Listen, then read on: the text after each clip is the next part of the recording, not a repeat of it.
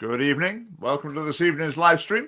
As usual, we have a special guest to introduce to you a little bit later, but I'll start with a few news items just to get us warmed up. It's been a very, very busy week, all sorts of things. I've got a huge list of stories I could talk about here. I might not get through all of them. We've got lots of family party events coming up as well, so I'll talk about some of those as well, just to keep you in the picture of what we are up to, and I'll get the comments on my screen. So, right, looking forward to hearing from you in the comments as well. So what's been happening this week? I mean, where do we start with that? One thing that just absolutely amazed me is Edinburgh City Council declaring that their schools are going vegetarian. Now, the council claims this is a climate change policy. Well, it's driven by that sort of thinking, that sort of agenda. But what I really object to here is it's turning the children into sort of partial vegetarians, whether they like it or not. So it's not just that they're going beyond just preaching their message, their ideology, their worldview, whatever, in the classroom. They're taking a step forward, a step further, and imposing it on the pupils. So I think, I'll say, declaring the school meals, the schools to be vegetarian, I think is completely out of order. It's a form of just practical indoctrination. I mean, let's stay on the subject of Edinburgh City Council. I mean, shall we? There's always plenty on virtually every council in Scotland. There's always good stories coming out. So Edinburgh's thinking about this 20-minute neighbourhood project. Now, I think this, in terms of town planning, it's just a fad, isn't it? Some places having 15 minutes, 20 minutes. Why not 25 minutes? Why not 18 minutes? It's just a fad. It's a fashion in town planning, so they'll all follow it. I mean, what have town planners been doing for the last 50 years? Have they not been trying to put things in local communities so you've got what you need quite nearby? I mean, that's a pretty basic principle of town planning, isn't it? So I don't think there's anything particularly groundbreaking about that. The concern is there's no hint of this in Edinburgh yet. There has been in other cities in England. There's no hint of this yet. But the fear is that having created these 20-minute neighborhoods where everything you need, most things that you need, are within 20 minutes, they then start saying you're only allowed to cross the boundary into the neighborhood next door in your car, for example, a certain number of times a week. So the fear is that they're introducing this, and it seems very benign, but then at a later stage, it might take on a different aspect. So at the moment, we've got nothing to object to if they want to put things close to where people live. I mean, who doesn't want to shop in a school and a post office or whatever nearby? That's absolutely great, right behind it. But if it goes the step beyond, well, we'll be on that pretty quickly. Now, Matthew Gretch, remember Matthew Gretch? Some of you might have seen him on the live stream and other family party videos. I describe him as the ex-gay X Factor contestant from Malta, because he was on the Maltese X Factor show until he spoke about the way that he basically used to be gay, but then became a Christian and turned away from that and went down a different road completely. And because he said that, he was kicked off the X Factor program. But what's happening to him now is far more serious and far more sinister, because Malta was the first nation in Europe to bring in a conversion therapy ban, just like Scotland's about to, just like the UK government is about to. But Malta was the first to bring it in, and Matthew Gretch has been prosecuted for it. So he's facing trial. I think his trial is within the coming week, so we'll have the outcome soon. Facing possible imprisonment and or a fine. So what did he do? What was his alleged crime? Well, he went on national television and told his story. He went on national television and told his story. Now, he is involved in an organization that provides counseling and support for people on the same journey that he's been on. He is involved in that organization. But in this interview, he didn't talk about that. He didn't encourage people to seek any sort of counseling or support. Nothing like that. He just told his story. He told this story that he used to be gay, but he wasn't anymore. And that was what he wanted, and is now facing prosecution. So we'll get more details on that story. I'm sure this is deadly serious. Assuming he's a free man in a couple of weeks' time, I would hope he'll be able to come on the live stream and to tell this story. But it is really quite shocking. I mean, it just seems to be been a week for shocking things this week. Another one, Edinburgh University. I saw a headline that their law department had taken something like 170 students, and every single one of them ticked a special box.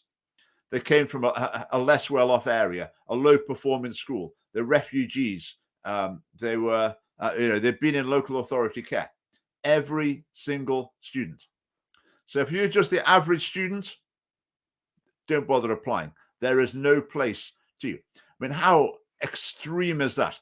Now, even if you're someone who thinks, oh, maybe they should have quotas for different sorts of people because that makes it fair, I disagree. I think that makes it unfair to individuals. But even if you're the sort of person who thinks, yeah, that sounds fair to me, the fact that they take no one from half of Scottish society, if you want to make it a bit more pointed, the half that pays the taxes, basically, to fund the university, if you're from that half of society, there is no place for you in the course. Just don't even bother applying. You're wasting your time. Right, what else has been happening? Well, we were cancelled by venue after venue on our little Highlands tour a few weeks ago. We've been thinking about what to do about that. We've got a few ideas up our sleeve, actually. One of them, I went to the Equality and Human Rights Commission in Scotland, where their job is to enforce and monitor and advise on equality law matters. And we think these hotels and venues are breaking the Equality Act. So I emailed the Equality and Human Rights Commission and said, right, this is the situation. We keep getting cancelled because of our political beliefs. We think that breaks the Equality Act. Can you please advise?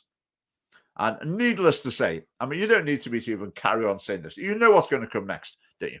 Their reply came back, well, that's not one of our priorities at the moment. That's not one of our focus areas.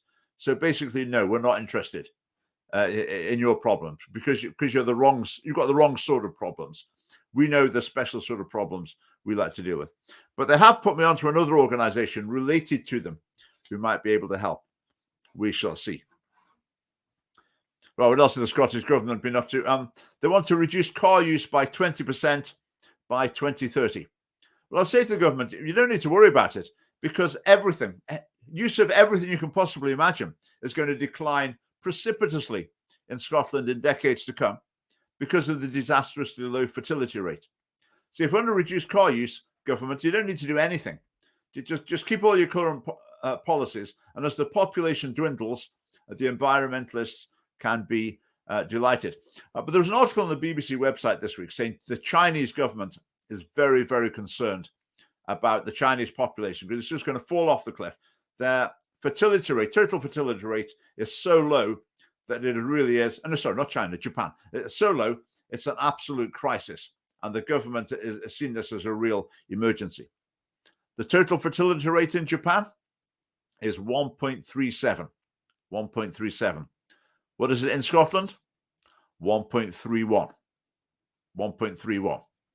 So lower than Japan, where Japan are saying that they've got an absolute crisis on their hands. Well, we've got a crisis on our hands in Scotland as well. But again, it's the wrong sort of crisis for the government. The government's not interested in, families, people having children. That's not really their area at all. They've got other priorities, so they're just ignoring it. And it's going to be a disaster in the medium and long term. Well, something else you might have seen in the news. There's been another sex, sexuality, gender survey, this time done around Inverness in primary schools, asking, I understand, 7-year-olds, are you transgender? Totally outrageous, absolutely outrageous. But the thing I do not understand, please someone explain it to me if you know the answer. Why is it that the mainstream media will cover stories about surveys and questionnaires, but they will not cover stories about what children are taught? So if you teach your children, hey kids, you can be transgender too. It's really exciting. We'll celebrate it if you become transgender. It's normal, natural, and healthy. Some people just find they're transgender. And if that's you, well, that's fine by us. You just let us know and we'll lead you down that path. Mainstream media, silence. Nothing to say about that. Not interested. If after you've been delivering that lesson for year after year, you give the kids a questionnaire that says, are you transgender? Then suddenly that's a huge issue. And the media will cover it. I do not understand why they will not look at what's actually taught in the schools. It's like a universally agreed taboo across the whole media. And I do not understand it. Right, you might have seen a bit of news from Glasgow that they're saying they're going to have to cut the number of teachers quite dramatically, cut their education budget. I think, there's 28 million was going around somewhere, cutting something by 50 million, these sort of figures. And they've been saying, that this is a real crisis, a real problem for them. But as you'll have heard me say before, whenever you hear about the finances of Glasgow City Council, don't forget that about 2 years ago, they paid out £800 million on an equal pay claim. £800 million. So the sums they're talking about now, having to cut the education budget, make teachers redundant, all this sort of thing, it's absolutely peanuts besides the so-called equal pay claim. I will go into the details of that, but basically it was totally unjust. The women who claimed the money for that, there's no good reason at all why they should have been given those payouts, because they chose to do jobs with slightly lower salaries. And then decades later, Glasgow City Council they had to pay out £800 million. So any problems with Glasgow City Council's finances, that is the number one reason. It's not the Tories, it's not SNP mismanagement. It's the equal pay claim. It's yeah.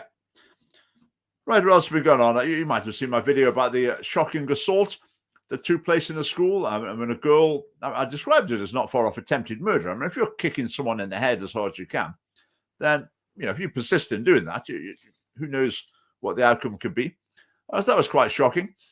The Scottish government's, the Nicola Sturgeon's response, just anemic. It's unacceptable.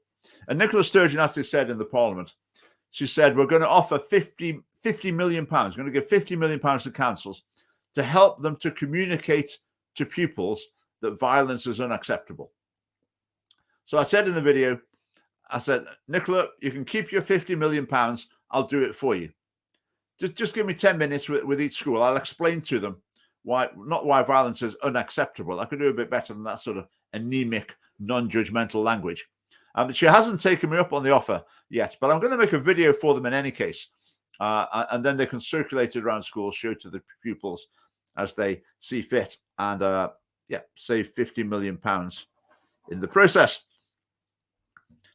Right, the Scottish Family Party, as I've been saying for a week or two, we were going to start our candidate training before too long. So if you are interested in just exploring the possibility of being a candidate, maybe in the Westminster election next year, now's the time to start thinking about it. You'll enjoy the training as well. An interesting chat. It's online. We'll do it on Zoom. I think we're starting a week on Friday. And if you are interested, drop an email to campaignmanager@scottishfamily.org. campaignmanager@scottishfamily.org. We've got 3 by-elections coming up soon as well, 3 council by-elections, and I think we've got a candidate in place for all of them. So you'll see us in action with that. Right, another quick bit of Scottish government madness. We tend to do house swaps for our family holidays for quite a few years. So the way it works is you arrange a swap with someone, and no money changes hands. You go and live in their house, they come and live in your house. Sometimes you borrow their car, they use your car. That's great way of having cheap holidays. So we were looking at one this year, going to Italy, and we would go to their house. They were going to bring 8 people to our house. You could just about fit 8 people in our house, so that was all fine. But the Scottish government's got a new law, a new licensing system for people who offer short-term lets. And the Scottish government has decided that a house swap is a short-term let. Okay, it's a short-term let. So you need a license to do it. So to do this, you now need an electrical check, a gas check, a Legionella certificate, a fire risk assessment. I mean, you can imagine the whole list of stuff that would take ages and cost a fortune. Plus, you have to pay for the license as well. And I understand the cost is £120 per person you accommodate. £120 per person you accommodate. So that would mean, according to the Scottish government's new scheme, for us to swap our house with a family in Italy, we would have to give the government £1,000 in order to let a family stay in our house for nothing. I mean, can you believe that? How can a government be so incompetent as to put in place a set of rules and regulations that specify that? I mean, it just is remarkable. It's basically pushed. I think the Greens think anyone who owns a house is an evil capitalist and they deserve all they get. mean, anyone who owns their own house and benefits from it some way by swapping it with someone for a holiday, well, they're an even more evil capitalist. So they really need hammering, and we need to take their money off them even more.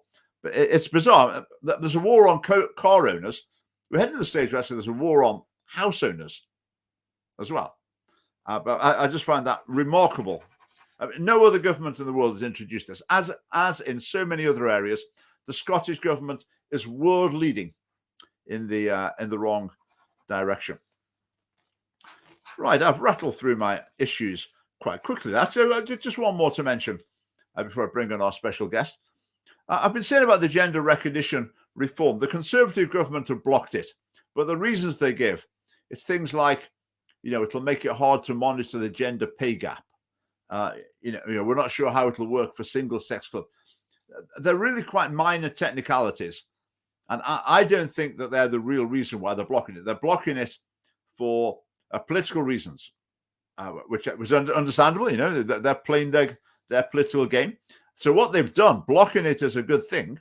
I'm glad it's been blocked, but I think the reasons they've blocked it are not necessarily the reasons that we think it should be blocked, because of the dangers that it holds. And the other thing I would say with that, some people have reacted in a way, in a sort of, you've been horrible to the Conservatives. You shouldn't criticize the Conservatives. But we do criticize the Conservatives very frequently. But as a political party, we want people to vote for us and not for other parties. So there will never be the idea in the Scottish Family Party that another party, well, they're sort of our friends, so we don't criticize them. It doesn't work like that. It doesn't work like that. There are plenty of reasons, plenty of very convincing reasons, whereas we present to people saying that people should vote for the Scottish Family Party rather than the Scottish so-called Conservative Party. So I'm surprised that some people have reacted in a way as if they sort of don't get that, as if we're like a campaigning group.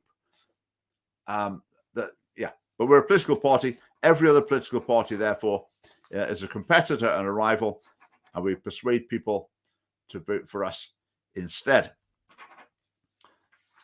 Right, I've got lots of Scottish Family Party events to go through, but I will do that later. I'll do that later on. I will introduce a special guest whose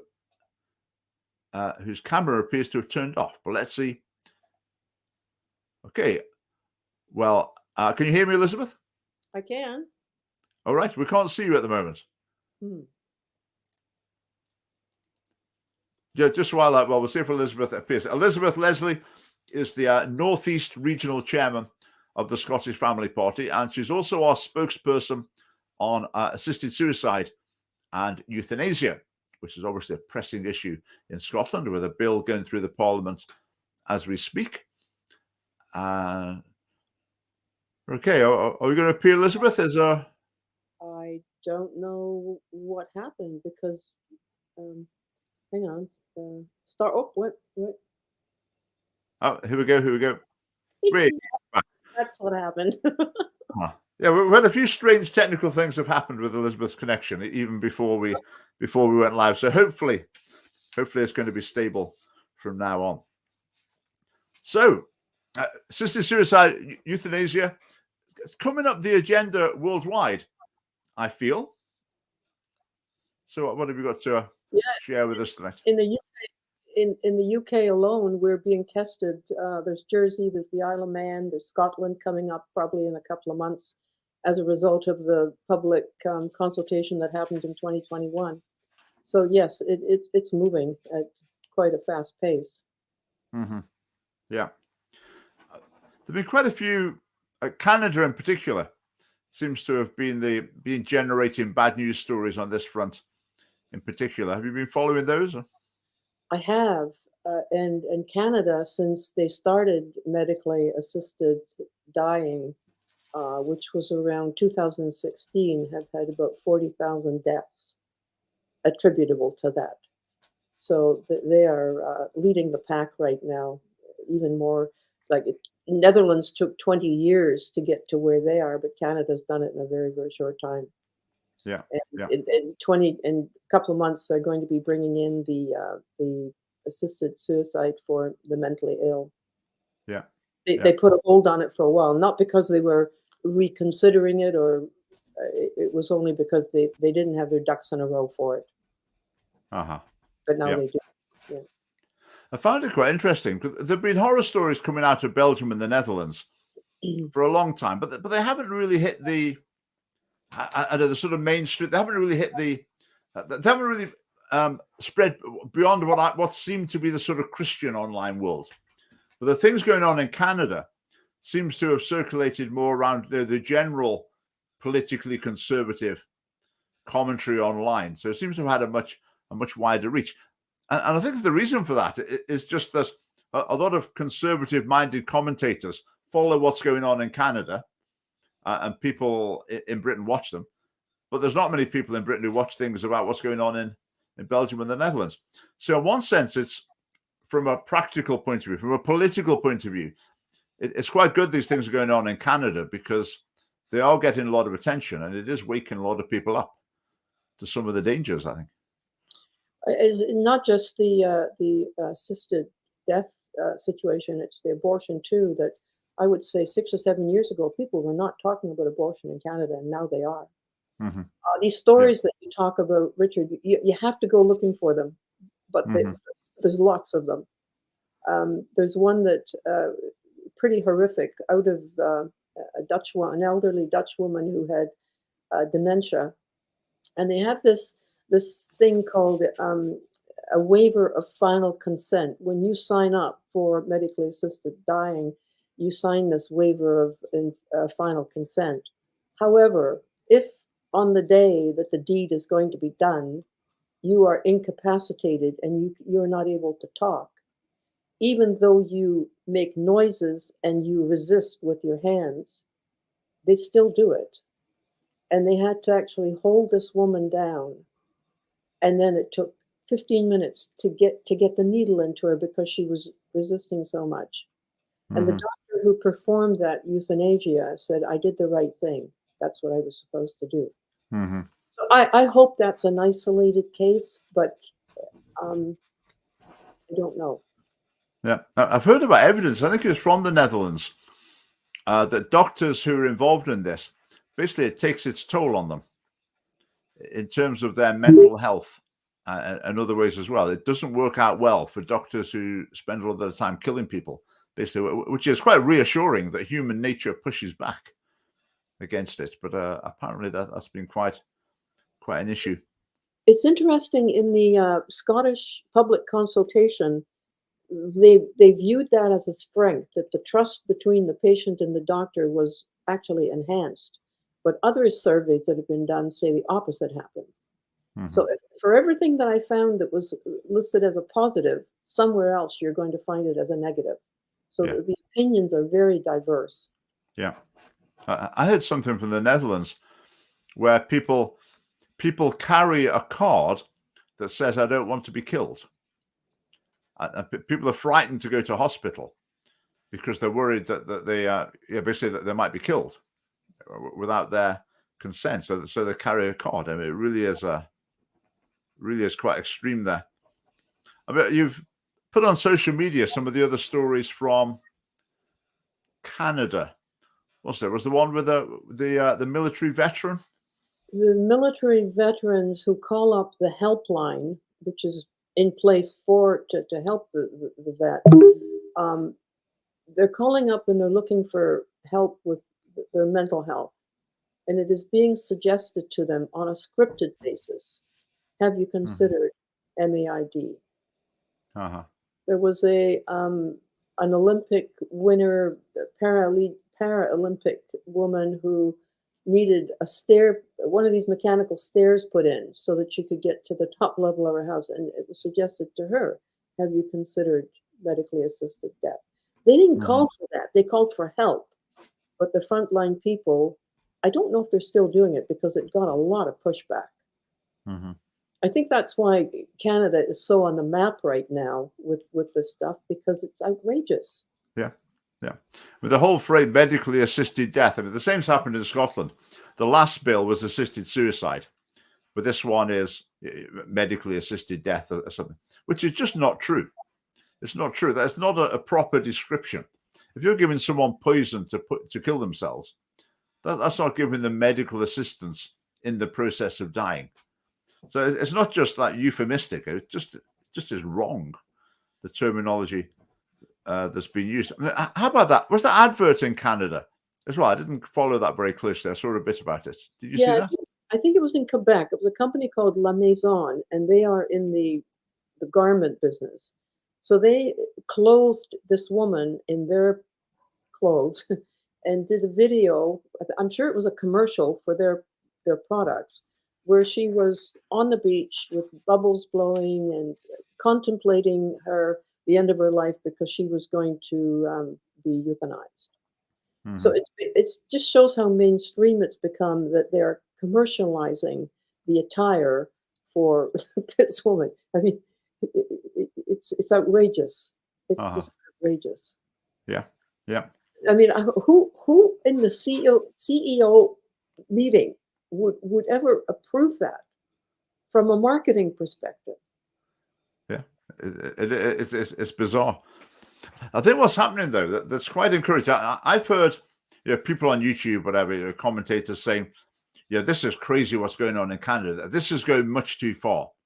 But then they'll say something like, "You know, if someone's terminally ill, okay, fair enough. If they want to commit suicide, assisted suicide, euthanasia, okay, that's fine. But this is going much too far." And I would disagree with them, obviously, but I think it's a start. It's a start. And much rather people be thinking, right, this can get out of hand. There are some real dangers here. That's on the step along the way to realizing, hang on a minute, these dangers are inevitable.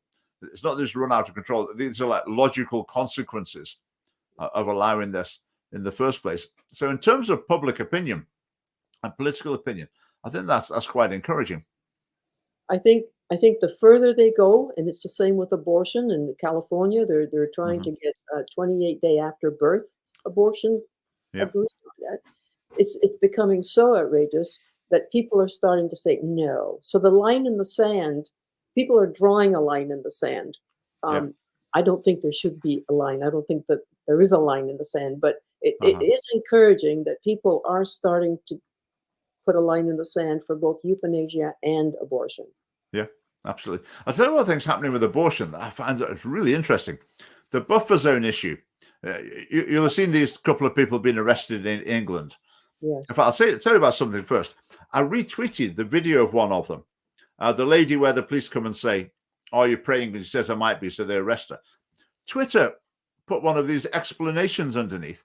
And the explanation said she wasn't arrested for praying. She was arrested for, breaching the exclusion zone or whatever it's called. I thought, Twitter, for goodness sake, that's just completely wrong. She was arrested for praying. Praying is the thing you're not allowed to do in the exclusion zone. Twitter's certainly got a lot kinder to the family party. The lid has been taken off our follow account, that's for sure. But we're still far from out of the woods. But what I was going to say about abortion was, yes. So it's become a freedom of speech issue.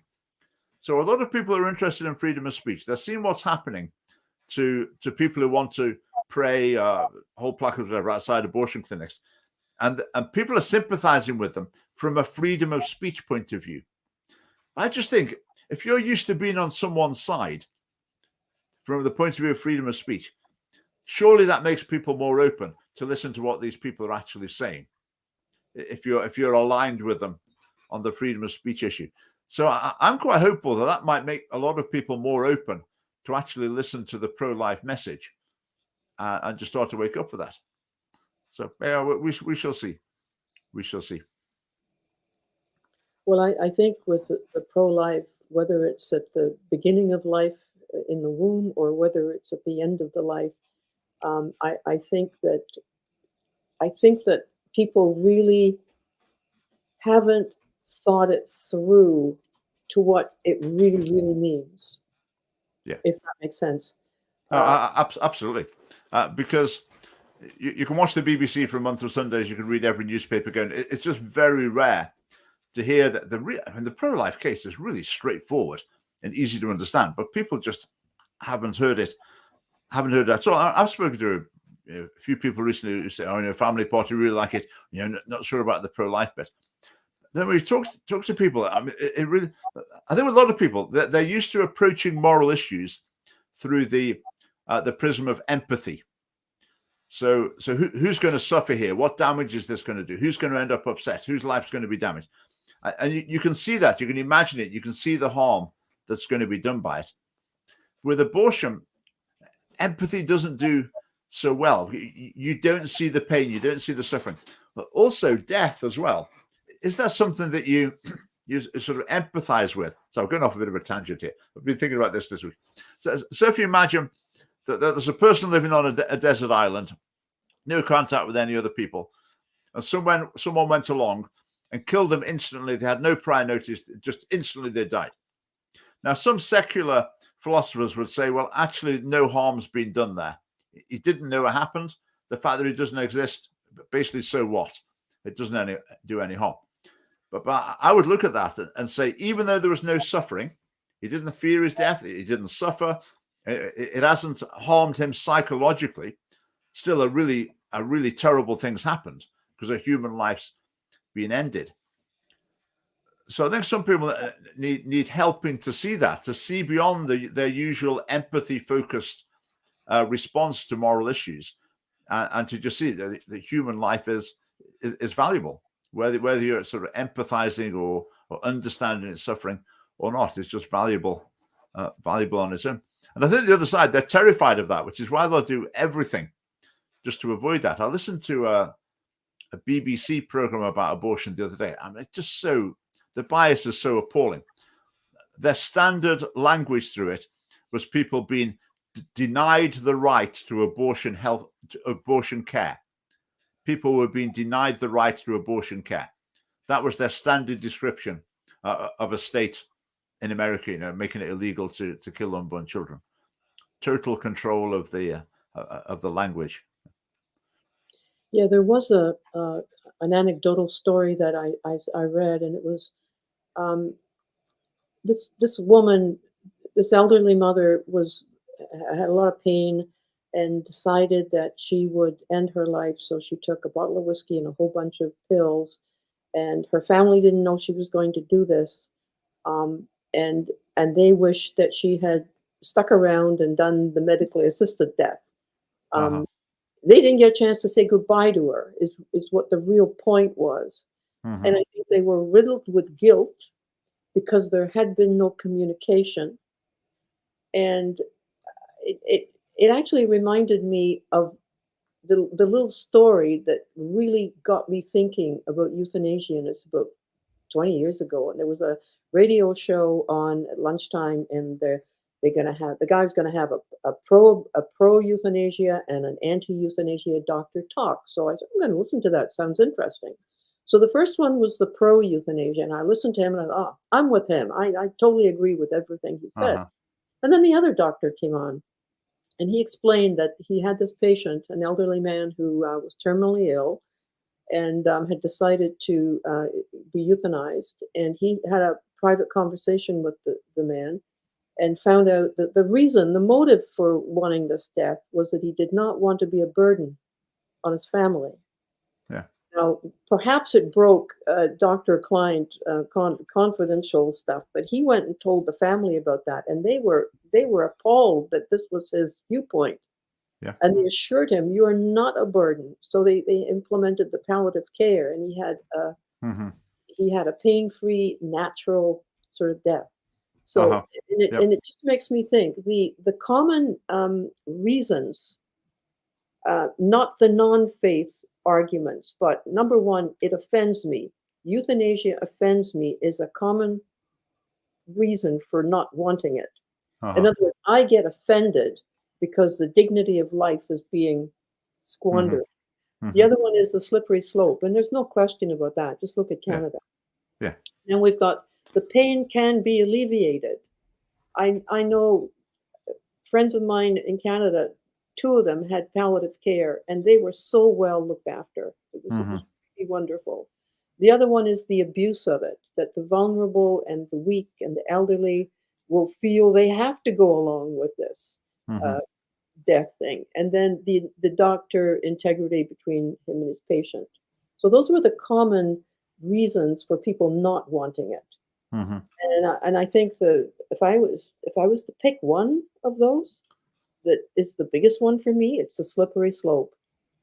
Yeah. Netherlands started with you have to be terminally ill, there has to be this, there has to be that, and now you can get it for almost anything.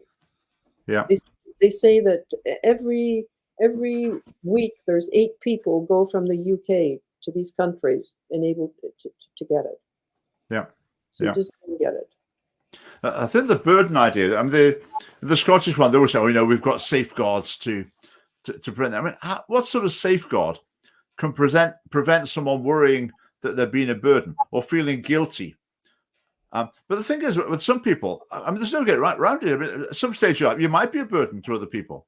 I mean, you might be. I mean, that's just a description of the situation. You might have particular needs. People will have to go out of the way, make an effort, expend their time and energy to look after you. So in that sense, it's true.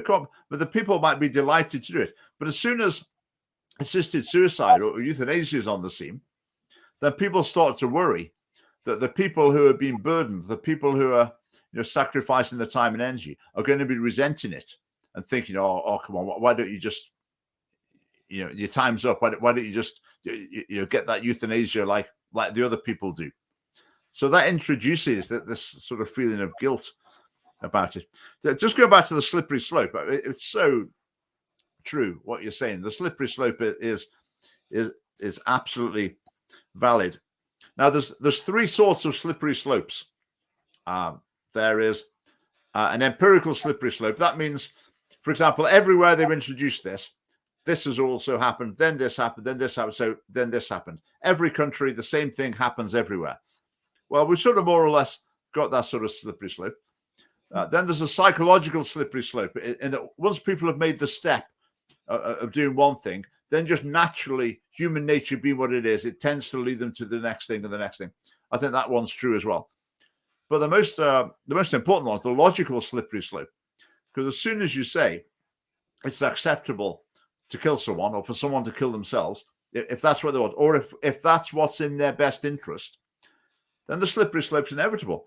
I mean, if you have it for people who are terminally ill, the person who's not terminally ill but is suffering a lot is going to say, why are you excluding me? Have I not got the right to die? And then you get the person who's not got a physical illness, they've got a mental illness. Why are you excluding me? You're discriminating against mentally ill people. Then they get then you get someone who's 15 years old. You're discriminating against me on the basis of my age, children's rights and all that. And it's just inevitable. It's just become a suicide on demand of the NHS. The other one you get is someone who says, okay, I'm not ill, but I just don't want to live.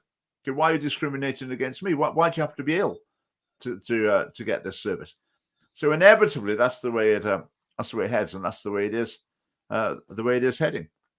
Now, I know a few people involved in campaigning on this issue with the Scottish Parliament, and they are involved in conversations with MSPs, and sometimes their feedback is that they're not at all sure how well the MSPs understand a lot of these arguments. Even when they're put to them, they're not at all sure how well the MSPs actually understand the case.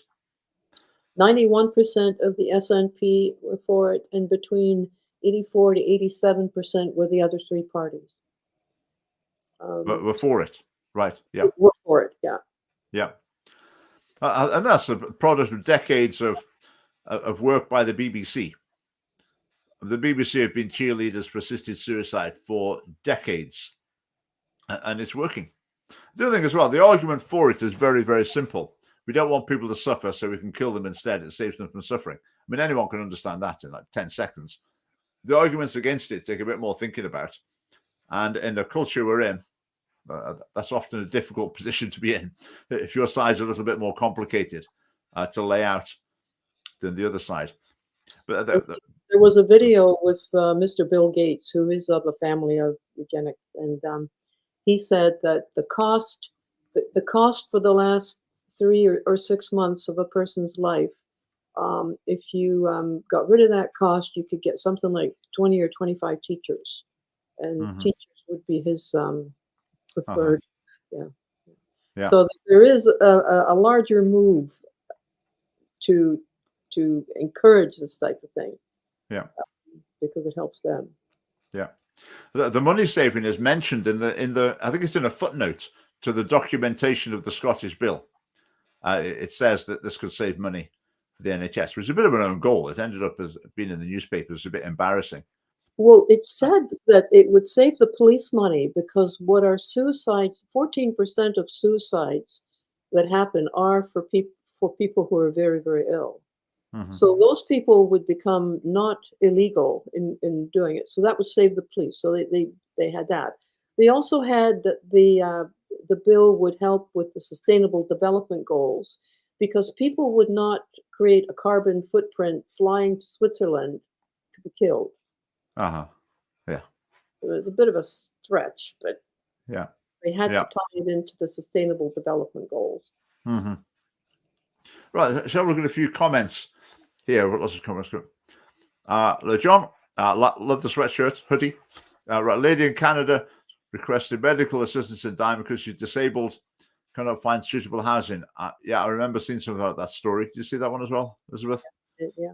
That was one of the many. Right, thanks, John. BBC doesn't serve. Yeah, the BBC thinks it's services to a higher cause, and in the higher cause, it has to educate the people with the right values. Gareth, yeah, life is life.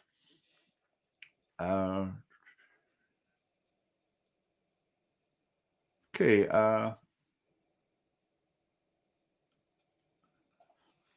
Right, there's some real haters of humanity in positions of power worldwide. Now that's an interesting one.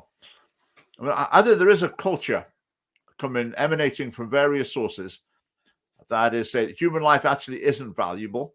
Animal life is equally valuable. Plant life is equally valuable. The planet, in some sort of abstract sense, is equally valuable. So people are breaking down the distinctions between human life and other forms of life and other things in the natural world as well, and we're seeing the consequences of that. So I think that's a very good point there. Have you come across that? The move to be like relativizing the value of human life, putting it on the same level as animal life and yeah, life. This new one world everything, one world health. Trees and animals are going to be their health, that is going to be as important as human health. So yes, it's we're leveling the playing field with what's important. Yeah, and sorry, go on. There's a quote that I hate to suggest that it fits a little bit, but it kind of does, and it said, "It is no measure of health to be well adjusted to a profoundly sick society." Yeah. Now, I was hearing someone speak the other day, and they said when they speak to children, they find a good question to ask is, if you had to choose between saving the life of your pet dog and saving the life of an adult man who you don't know somewhere in the world, which one would you choose? And they were saying generally children, a third of them say they'd save the dog, a third of them say they don't know, and a third of them say they'd save the man. And then when the ones who said they'd save the man, when they would then say to them, what do you think about the ones who said they'd save the dog? Do you think they were wrong? Should they have said the man? Almost all of them would say, no, it's up to them. It's your free choice. I wouldn't criticize them for that. So the point the man was making, his basic point was we really need to teach explicitly the special value of human life. I think it's a natural intuition within us, but it's been attacked from so many directions that I think generations are growing up now, and that's the natural intuition about the value of human life is being diluted and overwhelmed by other influences. So I think it needs explicitly reinforcing, which is not difficult to do. And when it comes to the crunch, you've got people like Peter Singer, the philosopher, saying a newborn baby is of less moral worth than a cat because it's less capable, it's less independent, it's less intelligent, etc. So a newborn baby is worth less than a cat. Now, most people would still be horrified by that and think, that's just absolutely beyond the pale. But I'd imagine as time passes, horror, revulsion at that type of view is probably receding, unfortunately. So, yeah, I think there needs to be an explicit effort to try and shore up that viewpoint. Well, I think kind of what you're getting at there relates back to the devaluation of the family, Mm-hmm. because it's the family hugely where children get their values from. Yeah. They learn to love their pet, but the pet is put in its place as opposed to Mm-hmm. the Mm-hmm. people in the family. Yeah. Yeah. Right. That's we've got Michael Willis on standby here as well. He's going to come and join us and offer some thoughts. So let's welcome our national chairman as well. Welcome, Michael. Thanks for joining us. Richard. Hi, Elizabeth. Yep, I love that that conversation between you two, and I think Elizabeth's going to be a real asset on the euthanasia side, and her sort of international knowledge. That's great, and she puts some points across. So I really enjoyed that conversation. Thank you, you two. Can I pick up on a couple of things? One. First of all, the house swap. I've got a theory on your house swap, where the SNP government have destroyed your plans to go to Italy. I'm sure they're doing it deliberately as a plan to stop you having this sort of cheap holiday. And I thought, what a pity, because we were off to Italy in early July, so we were hoping to meet up with you. So that's a shame. That's the first point. So. Secondly, you talked about people having these cards, so that they're not deliberately killed when they go into hospital. And I'm proud to show you mine, which I've been wearing. It's one of these sort of badges you wear on your wrist. And it says, no death by dehydration or starvation. No water. Right. So I don't, so that goes on your wrist. And the only problem is if you sort of take it to a restaurant, you don't get fed or watered. That's one of the problems. So it's primarily for hospital, and they'll look at that, and they might, you might get away with, your life might be saved. And then the other thing I picked up was Holland. And of course, my wife's Dutch, and they literally ring the family when a member of the family is in hospital, ill, and possibly dying, but they'll ring and say, look, I think you should come in at about 2:30 tomorrow afternoon. And that's invariably the death time, between 2:30 and 3. They actually slot the death times, and that's quite normal. And like decent people accept that, rather than going in there saying, look, put a drip back on my dear mother and try and resuscitate her and, feed her and do not dehydrate her to death, because dehydration is a terrible death, and the whole of the insides sort of burn away, and it's not a pleasant death, and it's not a kind death, it's not a good death.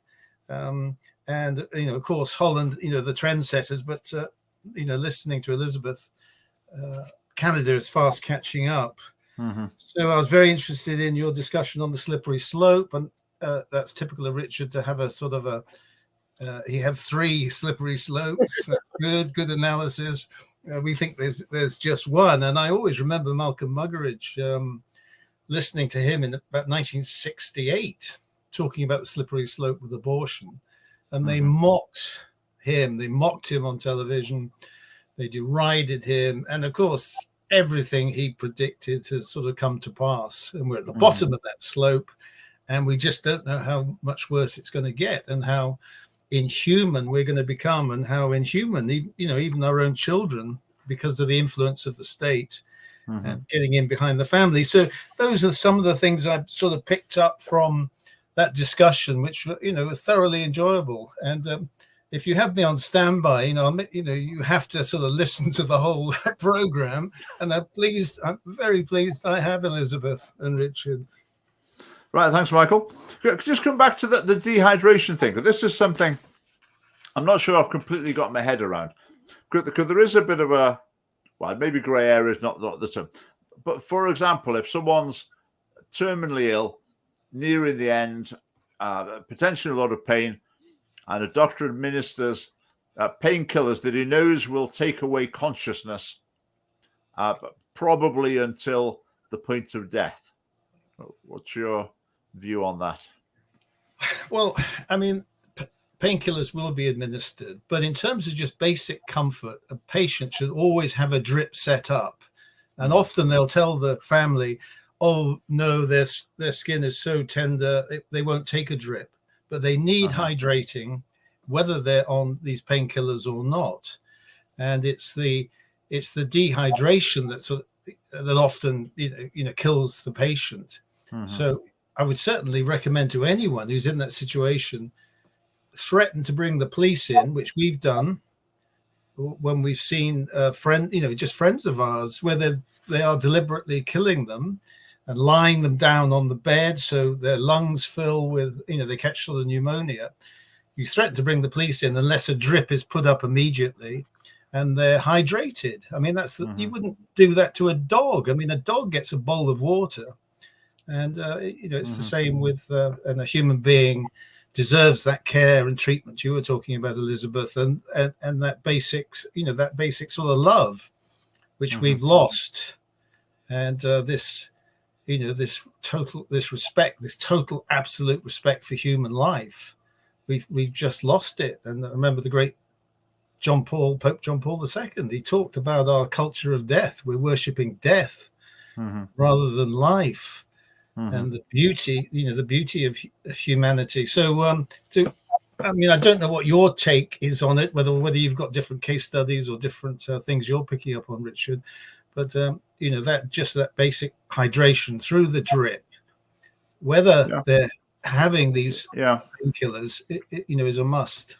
Yeah, there's the distinction, isn't there, between medical treatment and basic care. And I think basic care should never be withdrawn. So that's like feeding, sort of oxygen supply, hydration. And so medical treatments can be declined, or people can feel that they're futile. That's a different matter altogether. But basic care, I think, is different.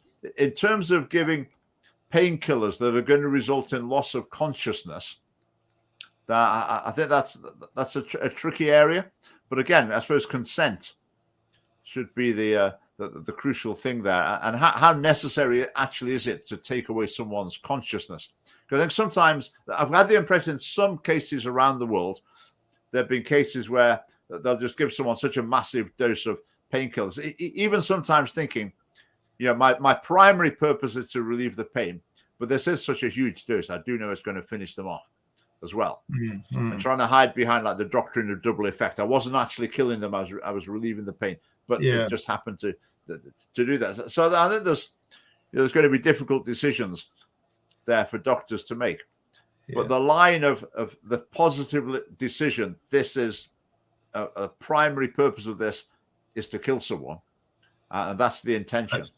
That's the problem. That's the problem. I'm sure a lot of the viewers, people like John McGrory, will tell you that I think this all started with the Tony Bland case, when they defined basic feeding and water, hydration. They defined that as medical intervention and medical treatment. That was the problem. Right. That was the young man that was crushed in the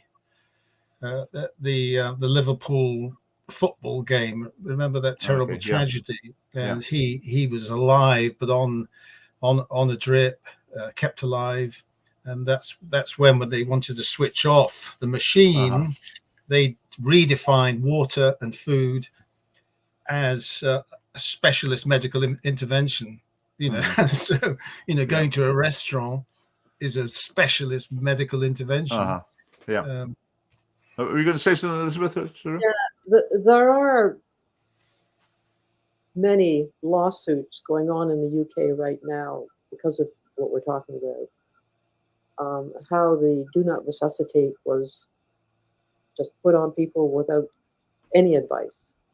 And that actually happened during COVID. It's a other big story. But there was and I got a screenshot of it, but the NHS took it off. It's called a frailty test, and you are assigned points based on age, comorbidities, blah, blah, blah. And if you are pretty high on the points, that's it. You don't get any help. Yeah. And this is happening. So And that- euthanasia, to a certain extent, is happening. Yeah. There's a thing in the pandemic, wasn't there? It was in the mainstream media. Some NHS authorities were phoning people up just to check with them it was okay to put "do not resuscitate" on their records. Yeah. So phone up, in some cases, very elderly people, just getting a phone call out of the blue, asking them about this. It was quite. I think there was quite a lot of controversy. I think there were apologies, and it was stopped. But it just shows that the mindset is there. It's lurking there, ready for the opportunity to come into action. Yeah. I mean, my understanding of that, they were putting those DNR notices on these patients, and it wasn't a clinical decision. It was managers who were putting those DNR notices on to the individuals they obviously didn't want, or who were bed blocking. Yeah. Well, some words of wisdom from Simon there.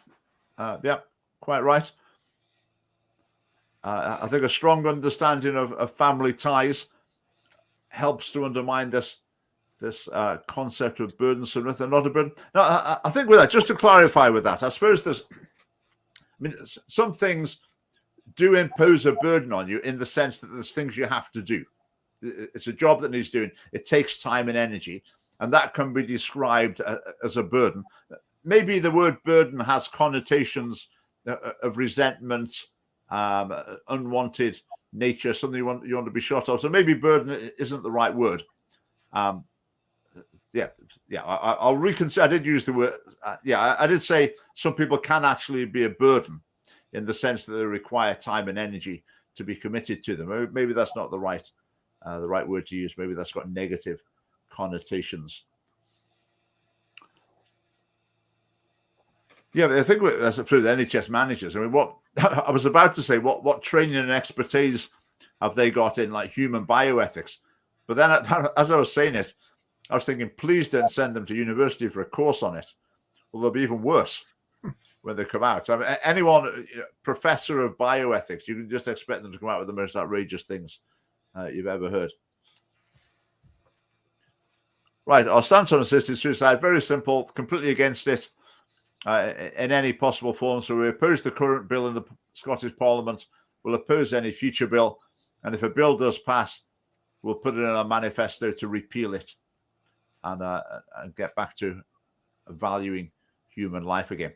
Now, what will happen, just on the subject of the bill in the Scottish Parliament, when this gets debated, you will never have heard so many, for example, Christian MSPs standing up giving fine speeches on a topic. And the reason is that if you're against assisted suicide, you're not some sort of phobe or bigot. So it's a bit of a safer topic for people. So you'll see quite a few people in the Scottish Parliament will give great speeches against it. But what tends to happen with these things is when they pass, there'll be opposition at the time, but then once it's passed, it just gets forgotten about.